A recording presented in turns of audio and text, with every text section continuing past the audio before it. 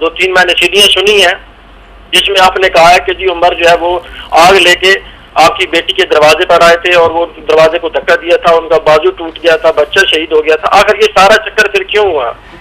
یہ شاہ صاحب آپ نے اچھا کیا، میری بات کو دنیا میں بہت شیعہ حضرات نے بگاڑا، سنی میرے خلاف فتویٰ آپ تیار کر رہے ہیں. حالانکہ میں نے جب یہ بات بیان کی اس کا سیاق اور تھا. میں نے یہ نہیں کہا تھا کیسا ہوا، نہ میں اس کا قائل ہوں.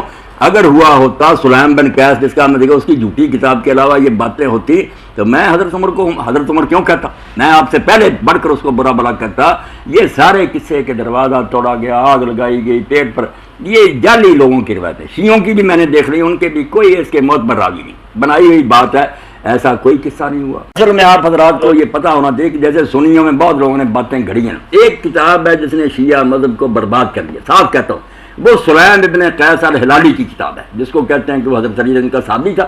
جب حجاج وغیرہ نے پکڑنا شروع کیا چھپ گیا اور جا کے ایک شخص ابان کے پاس چھپا رہا ساری زندگی، اور مرنے کے وقت کہنے لگا یار میرے پاس ایک امانت چلے گی، وہ کتاب دے گیا. پتہ نہیں اس نے دی ہے یا نہیں، ابان نے. اب ابان کے بارے میں آپ علامہ خوئی کی موج مر سارے دیکھ رہے راوی، یہ جھوٹے راوی. سارا فساد اس ابان نے ڈالا ہے کہ اپنی طرف سے ایک کتاب کر کر سلیم کے نام لگا دی یا سلیم جھوٹ بول گیا. اس کے علاوہ دنیا میں یہ ظلم کہیں نہیں ہے. یہ جتنی باتیں نا آپ کتابیں نکلوا کر ثابت کریں شیعہ علماء اپنی کتابوں سے کہ یہ راوی سچا ابان جس نے یہ کتاب پھیلائی، سارے جرم کے انہوں نے یہ کیا، حضور کے بعد یہ کیا.